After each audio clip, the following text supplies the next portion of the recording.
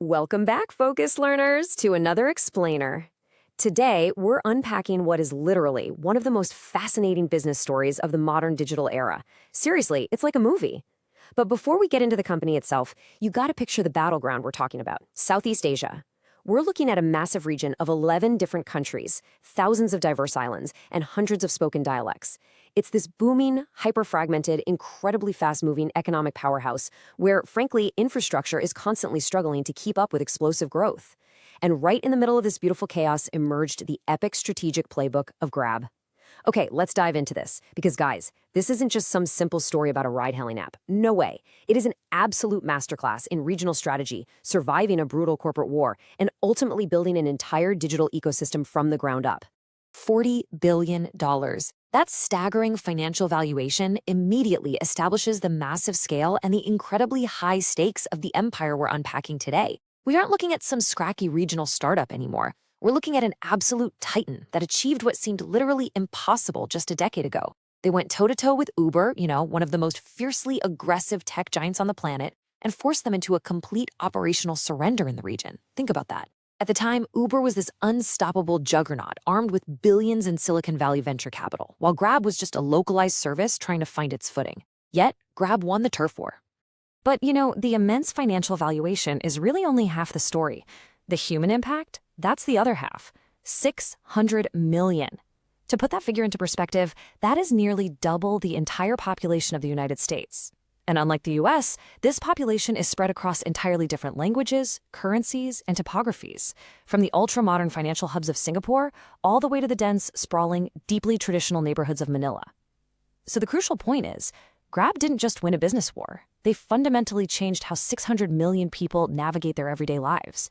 We're talking about an application that entirely altered how a region commutes, how they eat, how they earn a living, and even how they manage their money. Let's break down exactly how they achieved this massive scale into 3 distinct acts. Part 1. Out-localizing the giants. So the initial conflict really came down to a stark contrast in operational philosophy. On one hand, you had Uber's strategy, which was very much a one-market approach. Uber came into Southeast Asia with this rigid copy-and-paste corporate playbook. They basically treated this incredibly diverse region as if it were a single, homogeneous entity. Like, for example, Uber initially launched with English-only maps and required credit cards. They were completely ignoring the day-to-day reality of the local consumer. But then you look at Grab's reality, dozens of markets. Grab inherently knew that the perfectly paved, predictable streets of Singapore are absolutely nothing like the chaotic, bustling alleys of Jakarta or the flooded monsoon roads of Bangkok, right? So instead of forcing a one-size-fits-all product onto the region, they built this incredibly agile, hyper-fragmented strategy tailored specifically to the unique topographical and cultural needs of each individual city. Let me explain what that hyper-local agility actually looked like on the ground. Grab fully embraced the chaos of the environment, while Uber stubbornly insisted on credit card payments, which, by the way, alienated tens of millions of people in predominantly cash-heavy economies. Grab simply adapted. They accepted cash. Now, I know that sounds incredibly simple in theory, but logistically, it was a total nightmare for a tech company to execute. They had to figure out how to handle drivers carrying large amounts of change, address the physical safety issues of cash transactions, and develop these really complex internal accounting systems to collect digital commissions from drivers who were getting paid by riders in physical bills. But by taking on that massive logistical headache behind the scenes, Grab solved a real problem for the consumer. They built a fiercely loyal user base that their global rivals simply couldn't touch. Now, what's really interesting about this is the sheer practicality it represents. If you've ever been to major Southeast Asian cities, you know that the traffic gridlock can be a visceral, almost paralyzing experience. I mean, you can sit at a single intersection for 20 minutes surrounded by just a sea of idling engines. Four wheels just won't cut it. Uber was trying to put more cars into that mess. Grab, however, leaned heavily into two-wheeled transport with Grab Bike. They rolled out a specialized motorcycle ride-hailing service designed to weave right through the suffocating congestion.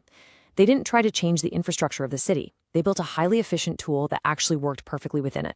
Let's move to and see how this builds into Part 2, the multi-service flywheel. Let's walk through the underlying unit economics of this multi-service expansion, because it is brilliant. Step 1 was owning mobility, which they achieved by winning the streets. But here's the thing. Ride-hailing fundamentally suffers from a major inefficiency problem: peak hours. Drivers are incredibly busy during the morning commute and the evening rush, but they sit completely idle in the middle of the day. To solve this massive downtime and efficiency, Grab launched Step 2, Grab Food and Grab Mart. And this leads right into Step 3, utilizing the exact same fleet of drivers for both people and parcels. Instead of a driver sitting idle at 1 p.m., they're delivering a hot lunch. Instead of driving an empty car back from a suburban drop-off, they're bringing back groceries. By leveraging their already victorious fleet, Grab drastically lowered their operational costs and launched massive new verticals without having to build a completely new logistics network from scratch. It's like a giant puzzle fitting perfectly together. This brilliant loop drives massive efficiency and a remarkably high frequency of use, creating what is essentially an inescapable ecosystem. Think about the psychological shift in the consumer here. You transition from downloading an app for a specific occasional task, like, say, getting a ride to the airport once a month, to relying on it as the fundamental operating system for your entire day. By tying rides, food, and package delivery together into one seamless interface, Grab gave users a compelling reason to engage with their service 3, 4, or even 5 times a single day. You aren't just opening the application to get home anymore. You're literally opening it to actively run your daily life. Part 3, the FinTech lock-in. To truly understand the power of this next phase, we have to talk about the critical demographic reality of the unbanked. Imagine trying to participate in the modern digital economy today without a credit card, without a checking account, and without any way to securely store your digital funds. You can't subscribe to services, you can't easily shop online, and you carry the constant physical risk of dealing strictly in paper money. Well, in Southeast Asia, there are tens of millions of hardworking citizens who face this exact reality every single day. They operate entirely outside of traditional banking services simply because banks deem them too difficult or unprofitable to reach. For Grab, stepping into finance wasn't just some neat side project. It was the absolute ultimate solution to their customers' biggest daily pain point. And this brilliantly illustrates the resulting transformation. GrabPay took a simple Ride app and transformed it into a powerful digital wallet. Now, earning financial trust is notoriously difficult for a technology company. Usually, people are highly skeptical of handing their hard-earned money over to a software startup. But Grab completely bypassed this hurdle. Why? Because they had already earned the consumer's deep trust out on the streets. You already trusted them to get your kids to school safely and to deliver your family's dinner securely. Transitioning that existing behavioral trust into holding your money was a surprisingly natural next step. By providing legitimate, accessible financial services to millions of unbanked users, these cemented an absolute market dominance that traditional banks could only dream of. This created a lock-in effect that rivals can't easily break. That is the strategic holy grail for any technology platform. In business terms, lock-in means making the switching costs for a consumer so exceptionally high that they simply will not leave your platform for a competitor. Think about what this does to a rival's customer acquisition cost. If a competing ride-hailing app enters the market and offers, say, a 20% discount on a single ride, that might normally be enough to steal a customer away. But when a user's digital wallet, their business lunch deliveries, their loyalty reward points, and their primary mode of daily transportation are all deeply intertwined in a single unified application, a small discount from a competitor isn't nearly enough to make them switch. FinTech integration was the strategic checkmate that sealed Grab's victory. Conclusion: the ecosystem play. Grab's entire evolution represents a truly cinematic business journey. They aggressively evolved from a highly localized taxi app, fighting for its very survival on the streets against a massive global giant, into becoming the absolute, undisputed daily necessity for an entire region. If you take away just one central lesson from Grab's $40 billion playbook, let it be this core thesis. In the digital age, owning the platform is more powerful than owning the product. Think about Apple owning the App Store or Amazon owning the e-commerce marketplace.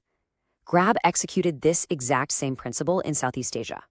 Grab doesn't own the thousands of independent restaurants cooking the food, they don't own the financial institutions backing the payments, and they barely own the actual motorcycles and cars on the road. What they own is the critical digital infrastructure, the ultimate platform that seamlessly connects all of those distinct physical products and services together for 600 million people. So, I'll leave you with this lingering thought to chew on. If owning the platform is fundamentally more powerful than owning the physical product itself, who really controls the modern digital age? Is it the hardworking creators and manufacturers of the products, or is it the architects of the digital ecosystem who control the distribution? It's a fascinating shift in economic power that will absolutely continue to define our future. Keep learning, stay focused, and I'll see you in the next explainer.